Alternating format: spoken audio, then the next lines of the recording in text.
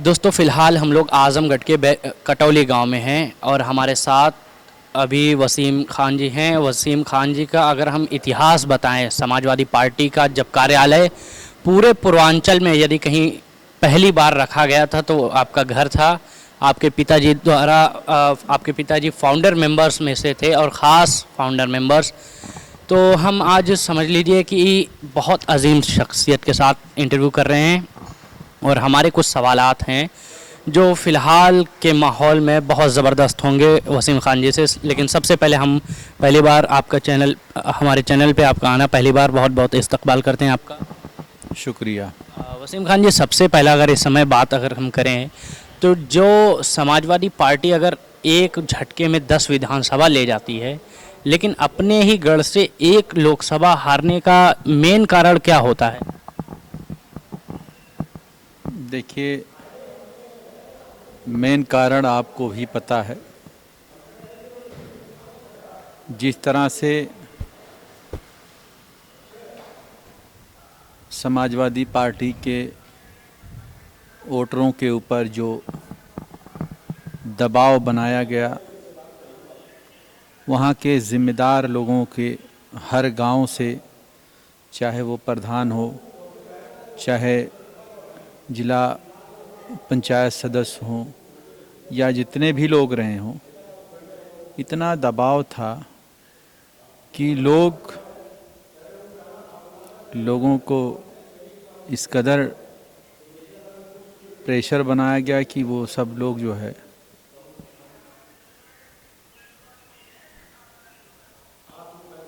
इस पे आप सारी चीज़, सारी हकीकत जानते हैं। और आपके सामने काउंटिंग के समय भी सारी बातें आई और यहाँ के जनता, यहाँ के लोग, आज़मगढ़ के सभी लोग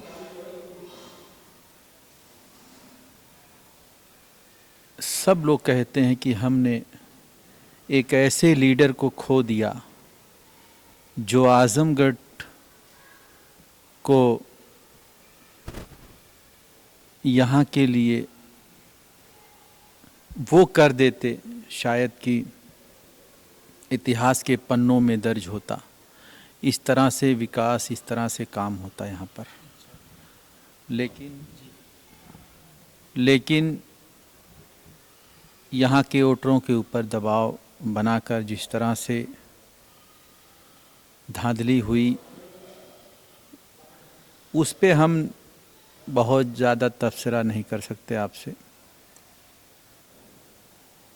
आने वाले समय में 2024 में आप देखेंगे कि यहाँ की जनता लालगंज लोकसभा और आज़मगढ़ सदर लोकसभा दोनों सीटें समाजवादी पार्टी के खाते में रहेगी।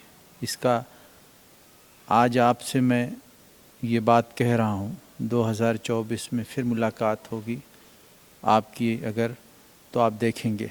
या अच्छा, दूसरा सबसे बड़ा सवाल अगर हम फिलहाल की सरकार से करें जो प्रदेश में और केंद्र में बैठी है, एक युवा अगर करे तो सबसे बड़ी समस्या होती है बेरोज़गारी। एक गरीब आदमी अगर उससे सवाल करे तो सबसे बड़ा सवाल आता है महंगाई। अगर एक आम आदमी करे तो उसके बच्चे की एजुकेशन। इतने सवाल अगर हम प्रदेश सरकार से या केंद्र सरकार से करते हैं तो उनकी तरफ से जवाब ना नू के बराबर आते हैं।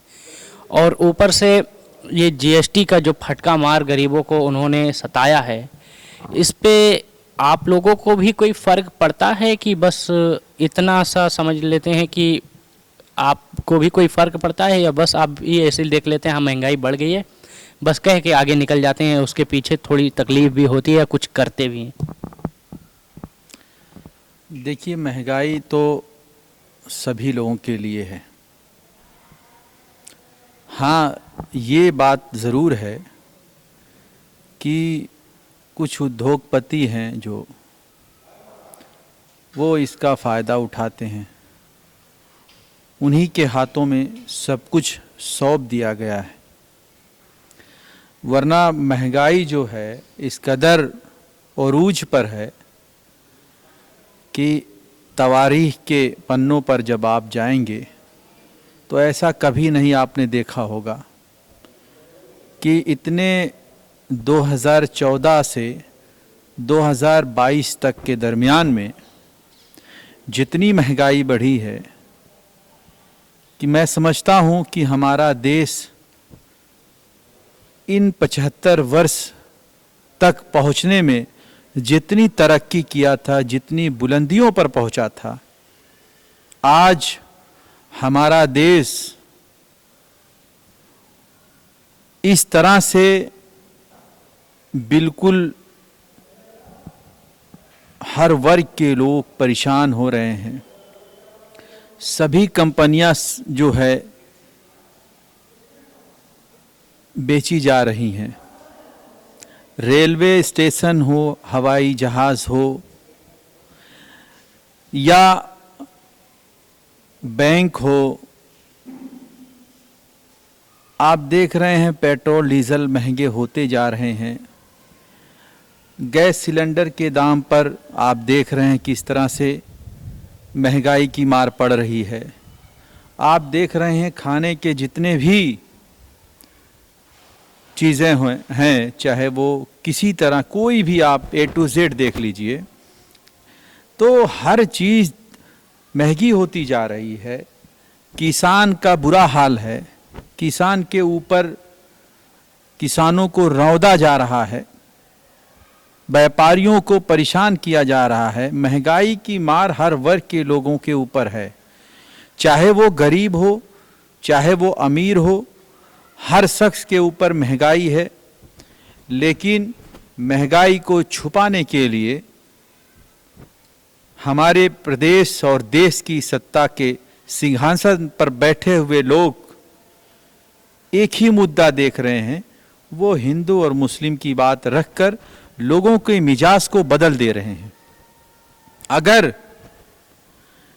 अगर ये हिंदू और मुस्लिम की बात को छोड़कर तरक्की की बात करते, हमारे देश की एकता की बात करते, जो हमने बचपन से लेके अब तक हमने देखा, हम लोग हिंदू मुस्लिम सभी वर्ग के लोग एक साथ में खाना खाते, एक साथ में उठना बैठना होता था। आज वो चीज कहाँ चली गई? वो प्यार मोहब्बत हमसे दूर हो गया। एक दूसरे की नफरत लोग करते हैं। नफरत की राजनीति करना लोग छोड़ दें। अगर ये चीजें छोड़ दें और हिंदू मुस्लिम की बात करना लोग छोड़ दें, तो आज फिर इनका जो सिंहासन पर लोग बैठे हैं, इनकी कुर्सी छीन जाएगी। इस कुर्सी पर फिर दोबारा पूर्व मुख्यमंत्री श्री अखिलेश यादव जी बैठेंगे। क्योंकि मैं इसलिए आपसे कह रहा हूं कि उत्तर प्रदेश के आज तक के इतिहास में ऐसा कोई मुख्यमंत्री हमने नहीं देखा है, ना सुना है कि इस 5 साल के कार्यकाल में जितना इन्होंने काम किया है, जितना इन्होंने विकास किया है, शायद कि किसी ने इस तरह से काम किया हो। अगर विकास पे लोग वोट करने लगे तो समाजवादी पार्टी के सिवा, अखिलेश यादव जी के सिवा कोई मुख्यमंत्री उत्तर प्रदेश का नहीं बन सकता। और अगर विकास पे लोग वोट देंगे तो समाजवादी पार्टी और अखिलेश यादव देश के प्रधानमंत्री बनेंगे आने वाले समय में। ये आपसे मैं बता रहा हूँ।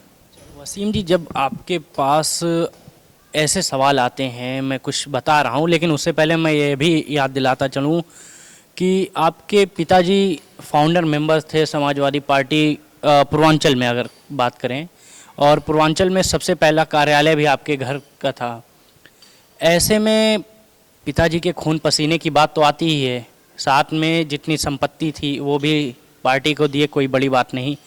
मेहनत जितनी लगी, पिताजी की काफ़ी उम्र लगी समाजवादी को पूर्वांचल में खड़ा करने पर।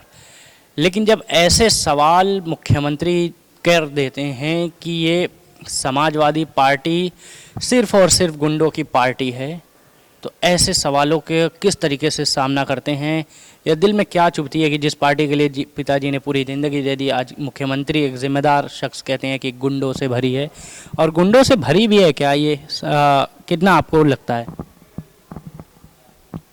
देखिए, आपने जो शब्द इस्तेमाल किया है इस पर मैं एतराज़ करता हूँ कि अगर आज़म खान साहब जैसे लोग जो हिंदुस्तान की तवारीख में एक इतिहास लिखने का काम कर रहे हैं कि अलीगढ़ मुस्लिम यूनिवर्सिटी जैसे, जामिया मिलिया जैसे उन्होंने बुनियाद रखा रामपुर में, मौलाना जवाहर यूनिवर्सिटी की, और 4-4 सीबीएसई बोर्ड की वो कॉलेज चलाते हैं, लोगों की मदद करते हैं, जो ठेले वाला है उसकी फीस को माफ़ कर देते हैं, जो यतीम है उससे 50% फीस लेते हैं, मात्र 20 रुपये लिया जाता है। हर वर्ग के लोगों के लिए वो मसीहा बन के वहाँ के लिए खड़े हैं।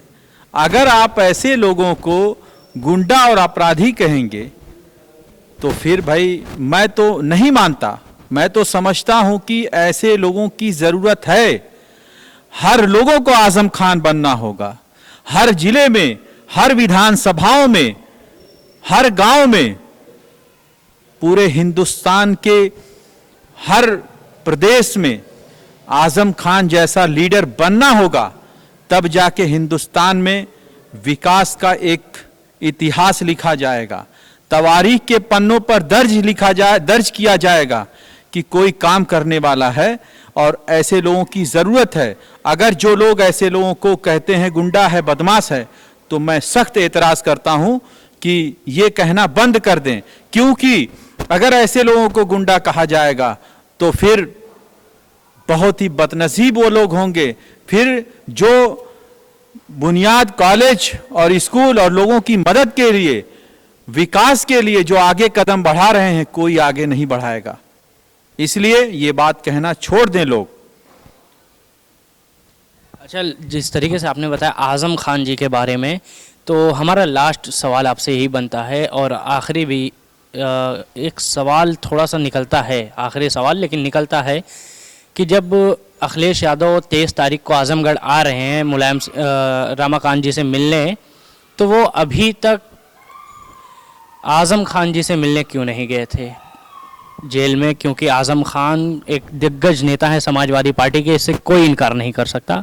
तो फिर ऐसे दिग्गज नेता से मिलने क्यों नहीं गए, और सिर्फ एक जिले के स्तर के नेता, बाहुबली पूर्वांचल नेता कह सकते हैं, तो उनसे मिलने के लिए आप आ रहे हैं, उनकी हालचाल लेने, बेहतर बात है, लेकिन आज़म खान से मिलने नहीं गए, क्या दर्शाता है ये? अभी आपने देखा आज़म खान साहब की मुलाकात राष्ट्रीय अध्यक्ष जी से मुलाकात हुई। वो मेदांता हॉस्पिटल में मौजूद थे, बीमार थे, मैं भी गया था। राष्ट्रीय अध्यक्ष जी के साथ मैं भी उनकी मुलाकात करने गया था।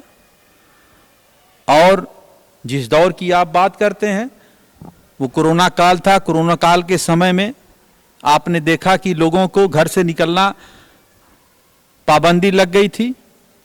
लोगों के ऊपर इस तरह से पाबंदी लगी थी कि लोग खाने के लिए तरसते रहे। जो एक वक्त खाते थे मेहनत करके, खून पसीने की कमाई, जो 300-400 रुपये मजदूरी करके आते थे, ऐसा लगा कि बिल्कुल पाबंदी लग गई, लोगों का मुहाल हो गया घर से निकलना। राष्ट्रीय अध्यक्ष जी ने हमेशा